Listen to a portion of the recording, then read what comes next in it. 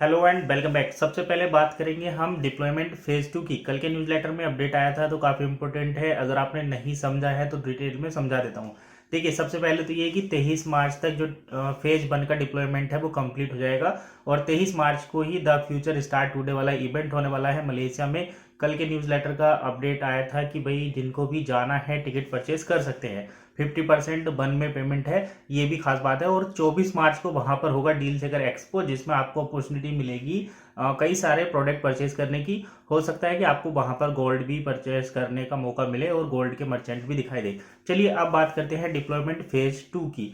तो deployment phase 2 में क्या होगा, जैसे अभी करंट में जो डिप्लॉयमेंट होता है उसमें क्या होता है कि आप अपने अकाउंट में यूरो डिपॉजिट करते हैं। यूरो डिपॉजिट करने के बाद आपको पेमेंट कंफर्मेशन का प्रोसेस करने के लिए आता है। उसके बाद आपको ट्रांसफर करंट अकाउंट आता है और इस सब को करने में लगभग 24 घंटे का या 48 घंटे का टाइम अभी लग रहा है। तो ये होने के बाद आपका डिप्लॉयमेंट जो है वो हो जाता है कंप्लीट। अब सेकंड फेज पर आते हैं कि सेकंड फेज में डिप्लॉयमेंट किस तरीके से होगा।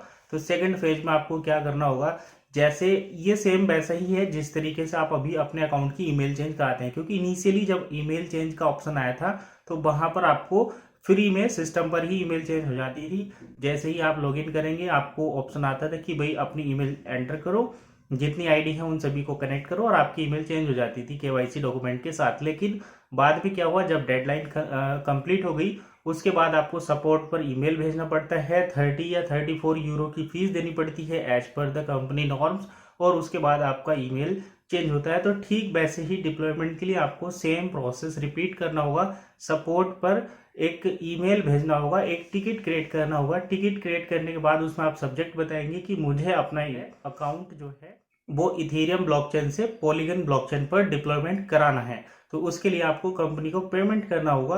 अपनी केवाईसी कंप्लीट करके यूरो वहां पर ट्रांसफर कराने होंगे और उसके बाद डिप्लॉयमेंट होगा। तो ये थोड़ा सा चेंजेस है नए सिस्टम में फेज 2 के डिप्लॉयमेंट में। हालांकि इसमें फीस का कोई अभी तक जिक्र नहीं किया गया, फीस तो उतनी ही रहेगी। लेकिन ये प्रोसेस जरूर है कि आपको ईमेल पर सपोर्ट टिकट क्रिएट करने के बाद ही डिप्लॉयमेंट किया जाएगा। ऐसा नहीं है कि आपने अपने जो अकाउंट में यूरो डिपॉजिट किए और वहां पर बस डिप्लॉयमेंट का प्रोसेस स्टार्ट कर दिया। तो प्रोसेस चेंज हो जाएगा, जैसे ही चेंज होगा उसका अपडेट भी आपको मिलेगा। फिलहाल इतना ही। तो न्यूज लेटर के इस अपडेट को काफी ध्यान में रखें। जिनके अभी अभी तक डिप्लॉयमेंट नहीं हुए हैं वो पहले तो ये सुनिश्चित करें कि आपके अकाउंट की केवाईसी कंप्लीट है या नहीं। अगर केवाईसी कंप्लीट है उसी के बाद आप डिप्लॉयमेंट की यूरो ले सकते हैं और उसको आगे प्रोसेस कर सकते हैं। अगर आपकी केवाईसी नहीं हुई है और आप उसको जो है डिप्लॉयमेंट का प्रोसेस करेंगे तो यूरो भी ट्रांसफर नहीं होंगे, क्योंकि वेरीफाइड अकाउंट ही, चाहे वन का ट्रांजेक्शन हो चाहे यूरो का हो, अप्रूव करते हैं। यानी कि अगर आपके अकाउंट पर केवाईसी वेरीफाई है तभी आप वहां पर यूरो ट्रांसफर या वन ट्रांसफर कर सकते हैं और तभी आप जो है वहां पर डिप्लॉयमेंट का प्रोसेस जो है स्टार्ट कर सकते हैं। अगर आपके कुछ कॉइन ब्लॉक्ड हैं या फिर कोई टोकन ब्लॉक्ड है या किसी ट्रांजेक्शन में पेंडिंग है तो उस कंडीशन में भी आपका डिप्लॉयमेंट नहीं होगा। तो पहले ये इंश्योर करें कि आपका जो भी एग्जिस्टिंग ब्लॉक्ड कॉइन है उसको रिलीज करें। चाहे वो आप अगर माइनिंग में दिए हुए हैं तो माइनिंग कंप्लीट होने के बाद डिप्लॉयमेंट करें।